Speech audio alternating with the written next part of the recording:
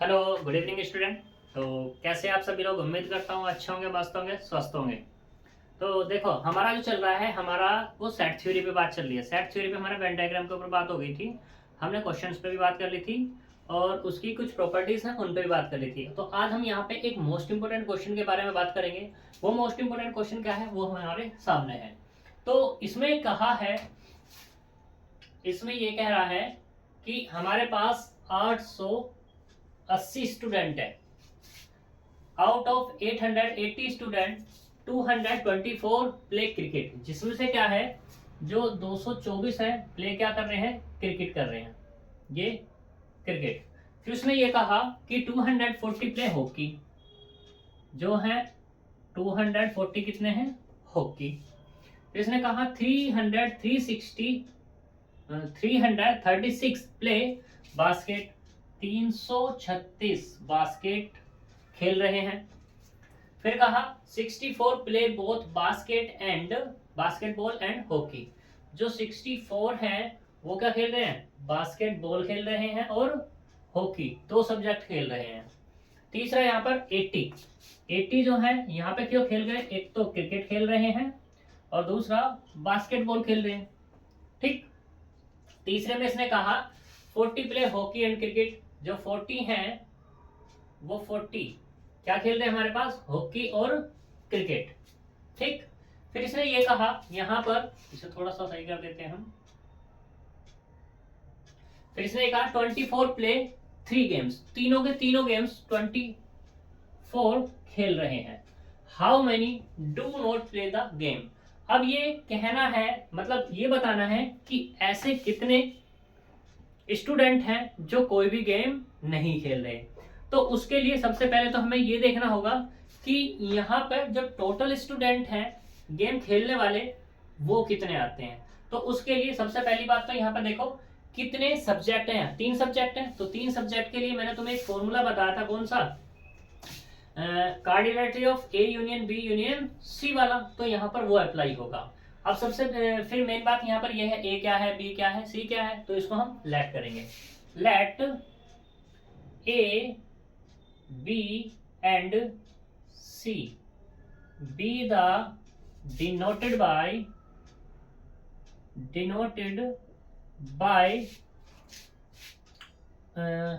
Game, denoted by game. वो मैंने एक कह देते हैं हम यहाँ पे, कौन सा, एक तो है क्रिकेट, ये हो गया हमारे पास क्रिकेट। ठीक। दूसरा हॉकी एंड तीसरा क्या है, बास्केट बॉल। ये हम तीनों को यहाँ पर डिफाइन कर देते हैं। देन गिवन, तब उस केस में गिवन क्या है, टोटल नंबर ऑफ एन कितना, ए, एन ए के ऊपर बात करते हैं यहाँ पर। तो देखो यहाँ पर एन ए बराबर कितना है हमारे पास, एन ए है 224। एन बी कितना माना मैंने, हॉकी को माना है, तो 240। ऐसे ही एन सी बराबर 336। एंड बास्केट एंड क्या है हमारे पास, बास्केटबॉल हो गया, 64 प्ले कर रहे हैं बास्केट एंड हॉकी। तो बास्केट को क्या माना है मैंने, बास्केट को सी माना है, यानी कि सी इंटरसेक्शन हॉकी की बात किसको है, बी को। तो इंटरसेक्शन बी बराबर कितना है, 64। ठीक। ऐसे ही यहाँ पे क्या कहा इसने बाद में, 80 प्ले क्रिकेट एंड बास्केट, यानी कि एन क्रिकेट को कहा है ए, ठीक है, और बास्केट को क्या कहा है मैंने, सी। ए इंटरसेक्शन सी बराबर कितना है, 80। फिर दूसरा इसने कहा 40 प्ले हॉकी, एन हॉकी को क्या कहा, बी इंटरसेक्शन ए बराबर कितना है यहाँ पे, 40। और बाद में कहा ऑल 3, यानी कि n A intersection B intersection C बराबर 24।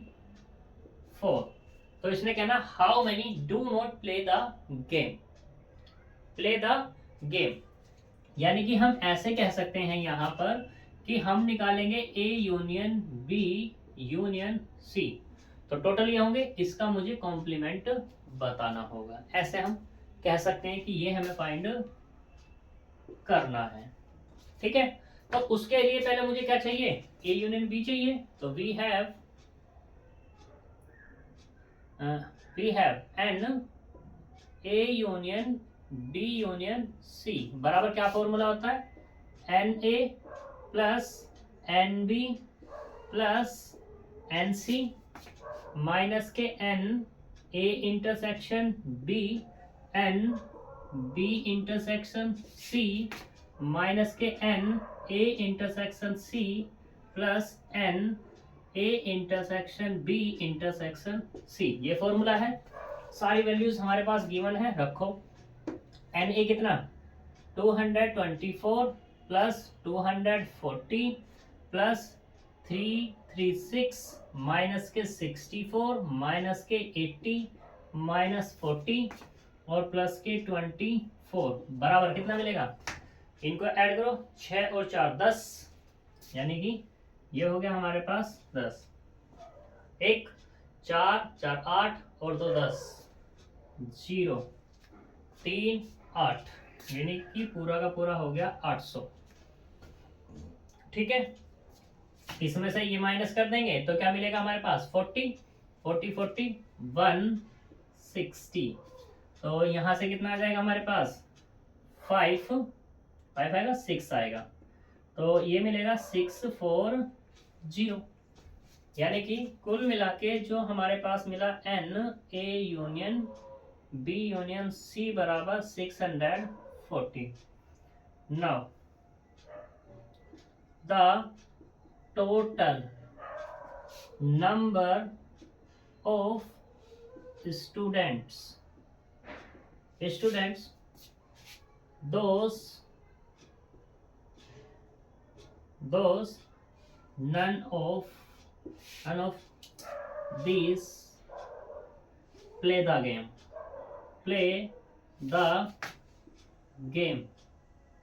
वो क्या होगा, n A union B union C, और ये बराबर किसके होगा, जो हमारे पास टोटल है, टोटल कौन है 880 और माइनस के 640, तो बराबर कितना 0 4 और ये 2, यानी कि 240 ऐसे स्टूडेंट हैं जो कोई भी गेम नहीं खेल रहे हैं। ठीक है, मोस्ट इंपोर्टेंट क्वेश्चन है ये, तो इसे सभी लोग कर लेंगे। आगे चलते हैं नेक्स्ट। हमारा यहाँ पे अब इस सेट थ्योरी में एक छोटा सा टॉपिक बचा हुआ है, कार्टेशियन प्रोडक्ट। अब वो कार्टेशियन प्रोडक्ट तुम्हारा 3 नंबर में आ सकता है। ठीक है, दूसरा कार्टेशियन प्रोडक्ट नेक्स्ट यूनिट के लिए मोस्ट इंपोर्टेंट है, तो यहाँ पे कार्टेशियन प्रोडक्ट को हम डिफाइन करेंगे और हम बड़े ही आसानी से समझाएंगे और तुम्हें समझना होगा बड़े अच्छे तरीके से। ठीक है, तो चलते हैं कार्टेशियन प्रोडक्ट पर।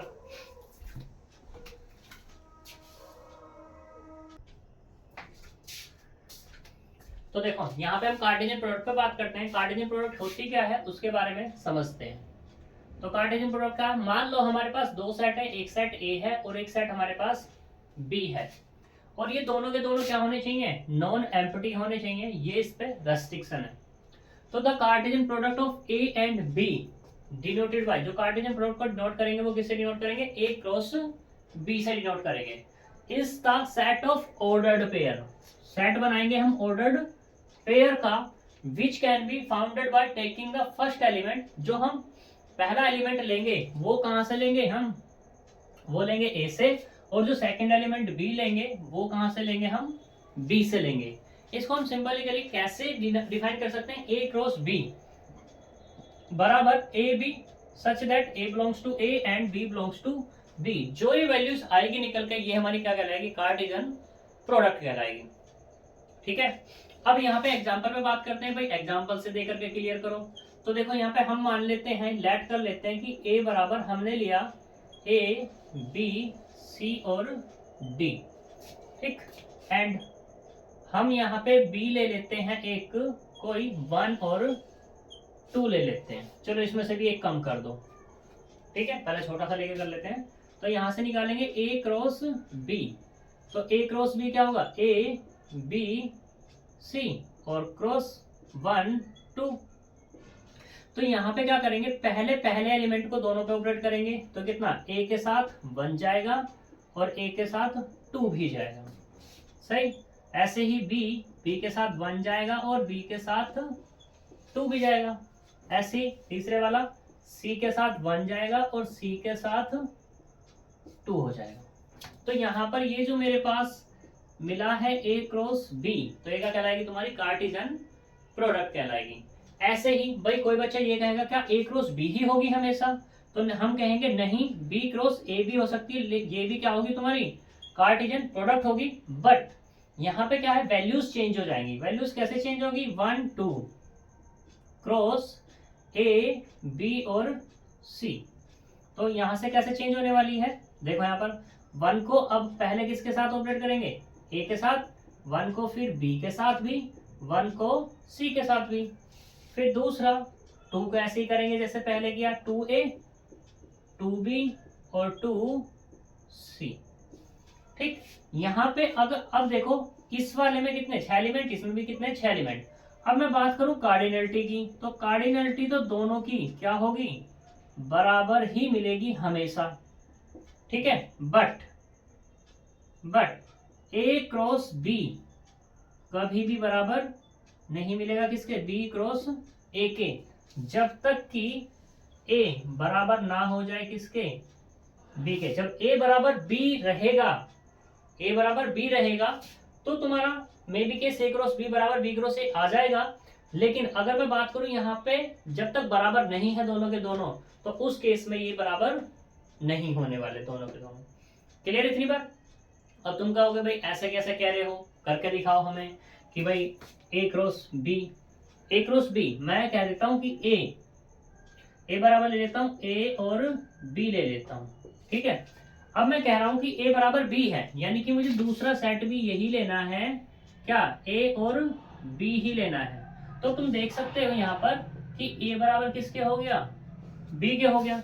मतलब a क्रॉस b निकालनी है तुम्हें, तो कितना, a b क्रॉस a और b। तो देखना जरा यहाँ पर कितना आएगा, a आएगा पहला, दूसरा a b आएगा, b a आएगा और b आएगा, ये निकल गया दूसरा। अब की बार निकालो b क्रॉस a मतलब a और b, ये वाली वैल्यूज क्रॉस a और b, निकालो वैल्यू को।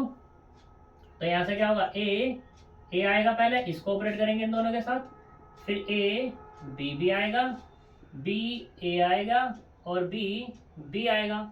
अब तुम इसको और इसको जब तुम देखोगे तो दोनों में एलिमेंट सेम दिखाई देंगे।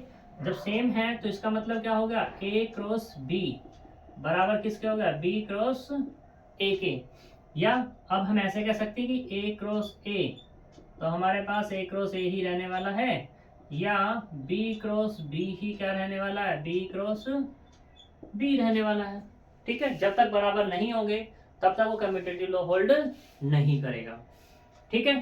तो ये हमारा क्या है, कार्टेशियन प्रोडक्ट है। इससे आगे की बात स्टार्ट होती है। अब यहां से ही स्टार्ट होगा तुम्हारा जो मेन काम है, रिलेशन, फंक्शन और पार्शियल ऑर्डर रिलेशन वगैरह वगैरह, ये सारी चीजें अगर कार्टेशियन प्रोडक्ट समझ में आ गई होगी तो वो बहुत आसान हो जाएगा। अगर मान लो कार्टेशियन प्रोडक्ट किसी बच्चे को समझ में नहीं आई तो उसके लिए बहुत हार्ड हो जाएगा ये। तो इसलिए आगे टॉपिक पर चलने के लिए, यूनिट पर चलने के लिए तुम्हें कार्टेशियन प्रोडक्ट को समझना बहुत जरूरी है, ठीक है। तो इसे तुम लोग कर लेना बड़े अच्छे से, एग्जाम्पल्स दिए 2-4 इसमें, तो उन एग्जाम्पल्स को करना तो बड़े अच्छे से क्लियर हो जाएंगे, ठीक है। तो हम आज यहाँ तक ही करेंगे, मिलते हैं नेक्स्ट वीडियो में नेक्स्ट यूनिट के साथ, नेक्स्ट चैप्टर के साथ और नेक्स्ट टॉपिक के साथ। तो तब तक के लिए बाय बाय।